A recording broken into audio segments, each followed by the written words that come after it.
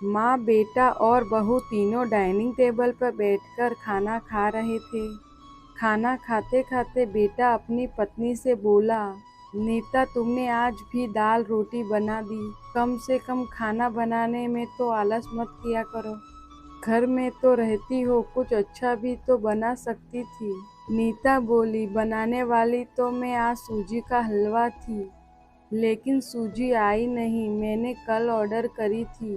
कोई बात नहीं, कल बना दूंगी। किचन में कुकर की सीटी सुनाई देती है और खाना खाते खाते नीता किचन में चली जाती है।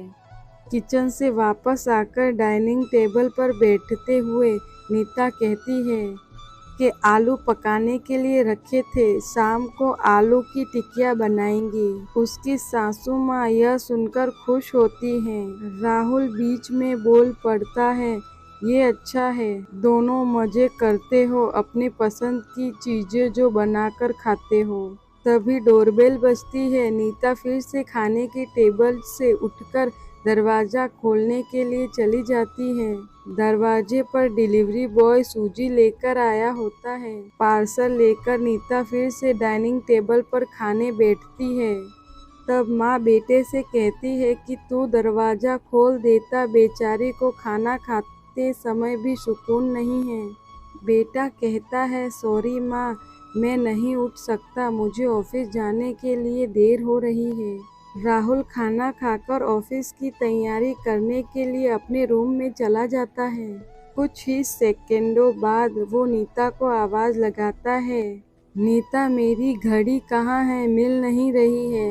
नीता खाना खाते खाते ही उसे बताती है, अलमारी के ड्रॉअर में देखो।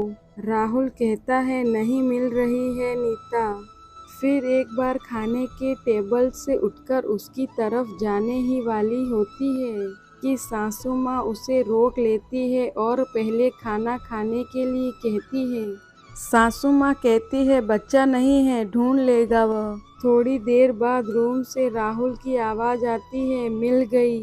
डाइनिंग टेबल पर दोनों सास बहू एक दूसरे की तरफ देखकर मुस्कुराते हैं। अगले दिन सुबह सुबह राहुल अपने बेडरूम में कोई फाइल ढूंढ रहा होता है और उस फाइल को ढूंढने के चक्कर में उसने पूरा कमरा तहस नहस कर दिया होता है।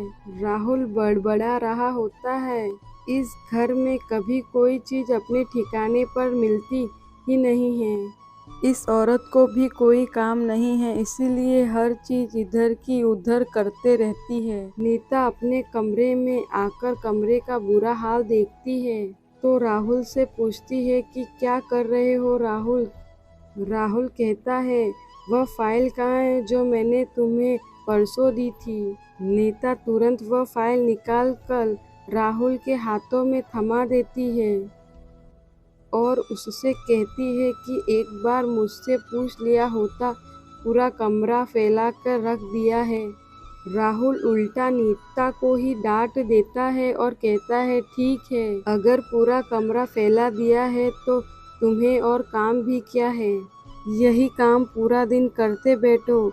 कभी कभी लगता है मुझे हाउसवाइफ से शादी करनी ही नहीं चाहिए थी। इतना बोलकर राहुल ऑफिस के लिए निकल जाता है। पति पत्नी की यह बातचीत माँ भी सुन रही होती है, जिसका राहुल को पता नहीं होता। अब माँ और नीता राहुल को सबक सिखाने के लिए प्लान बनाते हैं। अगले दिन सुबह सुबह जब राहुल नींद से जागता है तो नीता को चाय के लिए चिल्लाकर कह रहा होता है। पास ही में सोफे पर बैठी माँ उससे कहती है, नीता नहीं है, वह अपनी माँ के घर गई है, कोई जरूरी काम था। राहुल फोन निकालकर नीता को कॉल करने लगता है।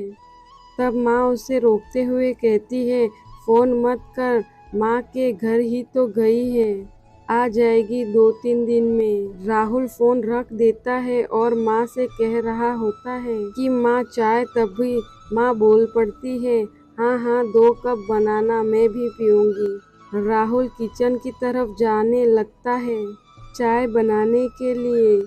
तब मैं तो फिर से खड़ी होते हुए कहती है, अरे बेटा रुको। राहुल को लगता है कि माँ उसे रोककर वो चाय बनाने चली जाएगी, लेकिन माँ कहती है मेरी चाय में थोड़ी चीनी कम डालना।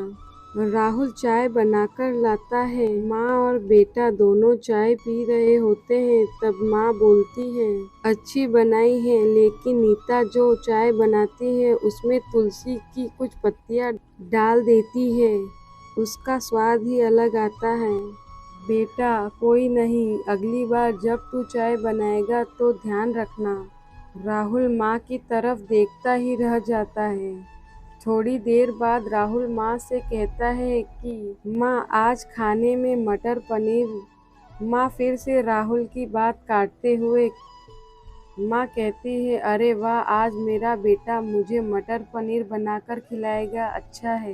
अच्छा है, काफ़ी दिनों से मटर पनीर खाने की इच्छा हो रही थी। राहुल कहता है, अरे माँ, मैं तुम्हें मटर पनीर बनाने के लिए कह रहा था।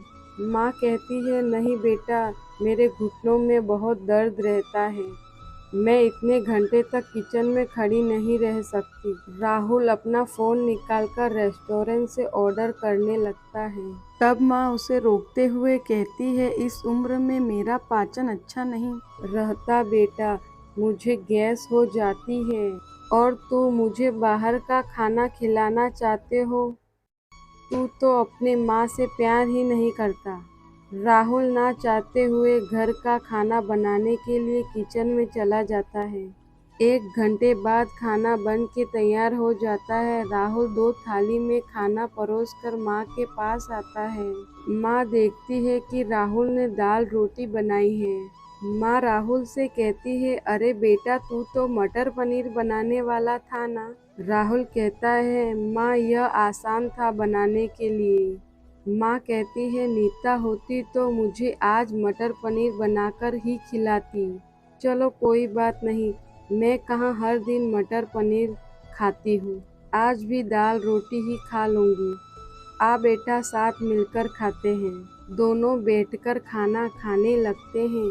राहुल ने पहला निवाला मुंह में रखा ही होता है कि माँ उसे कहती है, अरे बेटा, दाल में नमक थोड़ा कम है, जाकर जरा नमक लेकर आ।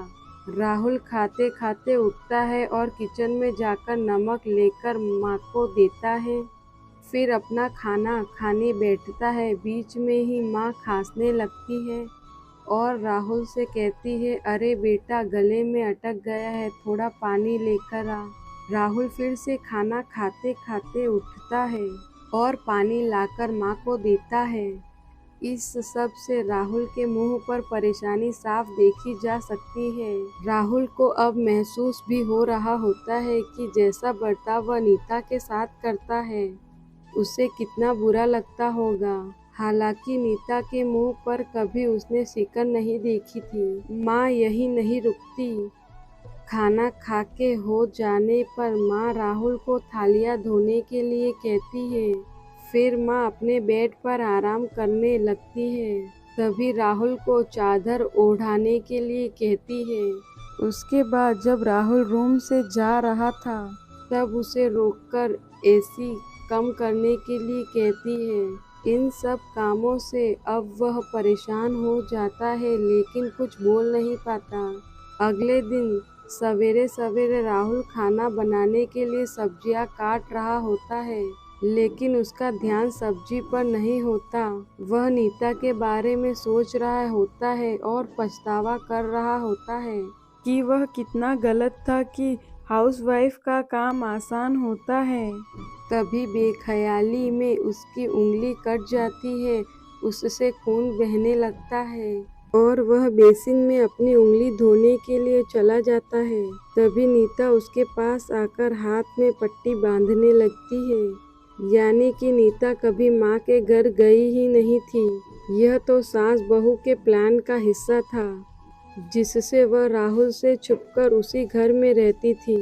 राहुल नीता को देखकर काफ़ी खुश हो जाता है। नीता से कहता है, घर का काम हम दोनों मिलकर किया करेंगे। नीता पूछती है, ऐसा क्यों? राहुल कहता है कि मैं घर का काम सीख जाऊंगा, और घर अगर हम दोनों का है तो घर का काम भी हम दोनों का ही होना चाहिए।